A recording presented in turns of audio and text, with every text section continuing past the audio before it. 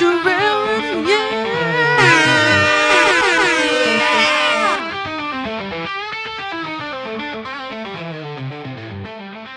Ladies and gentlemen, and ladies and gentlemen, and all the freaks of the world, welcome to my first ever trail review.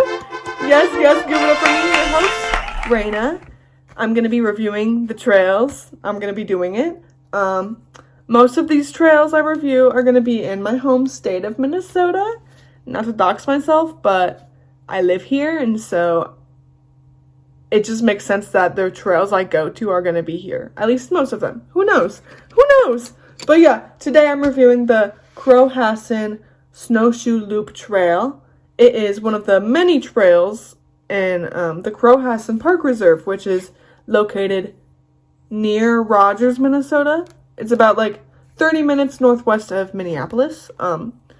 But yeah, the park reserve has 2,600 acres to its name, 600 acres of which are restored prairie lands.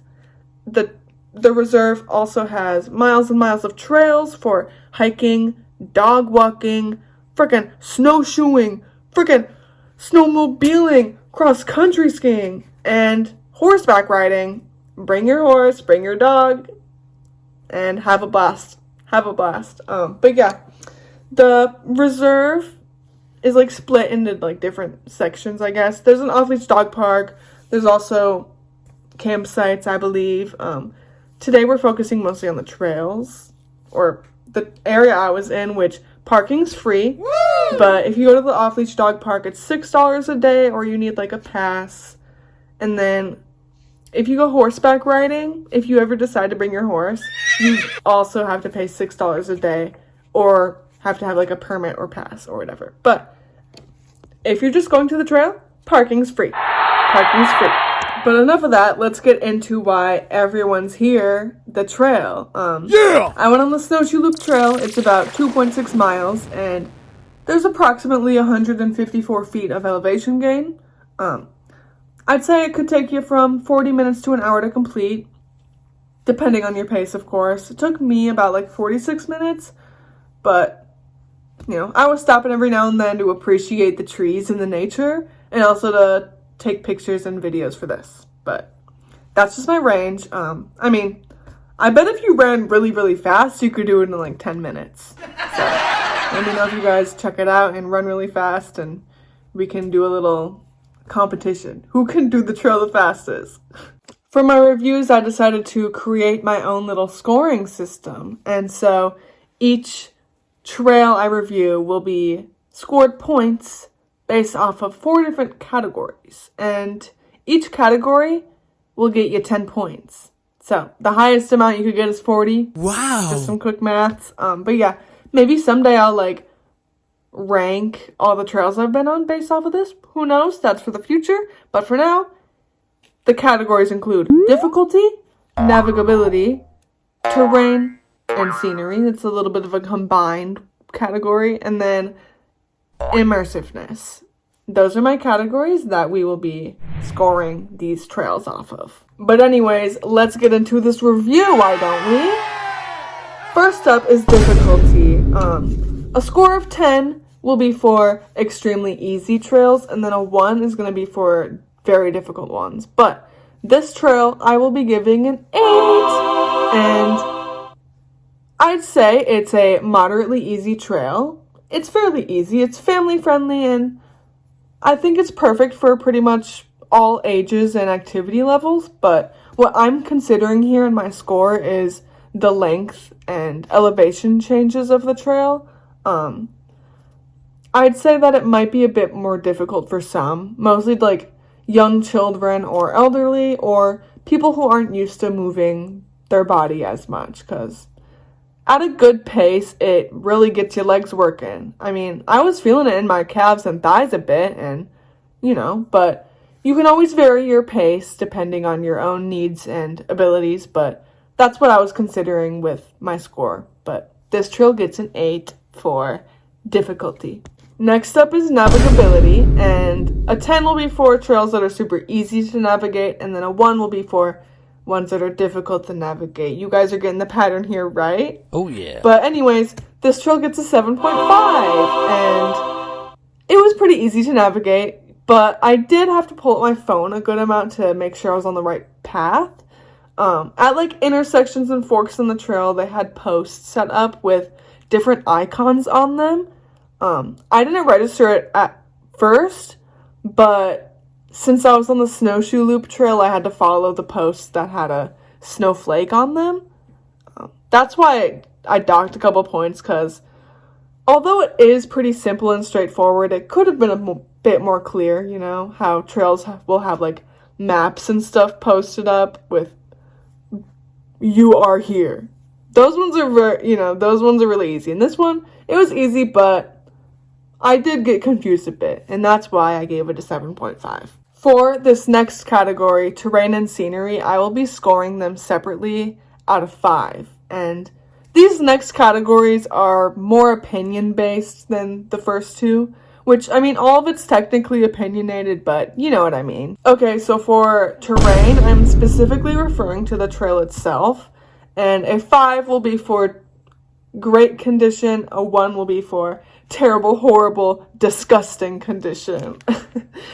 This trail gets a 3.5, and it's an all-natural trail. It's mostly grass, dirt, and sand. It's easy to walk through, but the sand does make it a little bit harder sometimes, because you guys know walking through sand kind of sucks sometimes, but I would recommend wearing hiking shoes or boots if you go on the trail, or a pair of tennis shoes that you're willing to get dirty.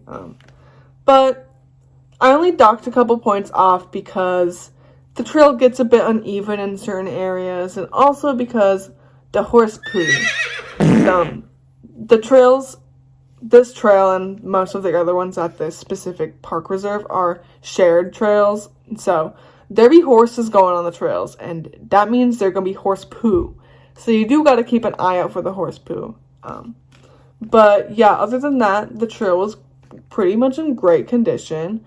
I did go on the trail during the winter. It's winter here in Minnesota, and the snow was like melting a bit, and so certain areas were muddy or icy and got a little bit slippery, but that's what I get for going during the winter, you know?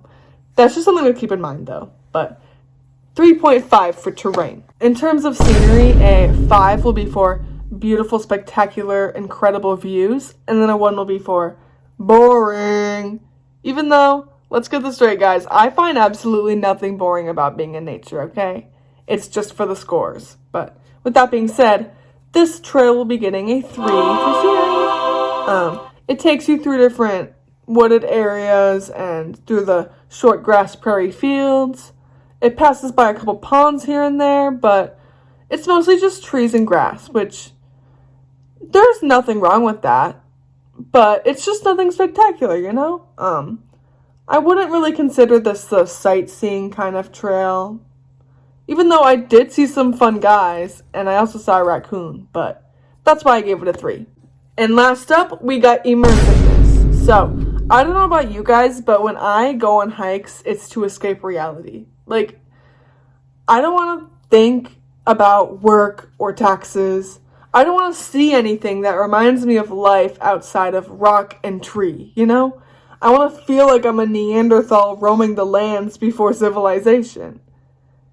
With that being said, a 10 for immersiveness will be for super immersive trails, and then a 1 will be for the opposite. Like, you guys had to have caught on to that pattern by now. Yep. But I'm giving this trail an 8.5 for immersiveness. It was very immersive. I saw a couple houses in the really, really far distance, maybe like twice. And then I also saw a water tower in the distance once, maybe. But other than that, it was just me and the trees and the grass, which was awesome. Yeah! But only docked it a bit because of what I saw, which it's okay, but it was very immersive. Alright, so I went ahead and added up the total points, and the Crow-Hassan Snowshoe Loop Trail will be getting a 30.5. Not sure what I'm going to do with that information, but that's what it gets. In conclusion, this trail is great for anybody who wants to try it, whether you're just getting into hiking or if you're a seasoned pro looking to just have a nice chill hike. It's great. It's a great trail, and I would highly recommend it to anyone if you're in the area or if you want to fly out from wherever you are to check it out. It's a great trail, but if you watched my trail review, thank you. I appreciate it. Let me know what you thought about it in the comments, but like and comment and subscribe if you want more trail reviews. Let me know. But yeah, thanks for watching if you did. As always, stay silly, stay freaky. Peace.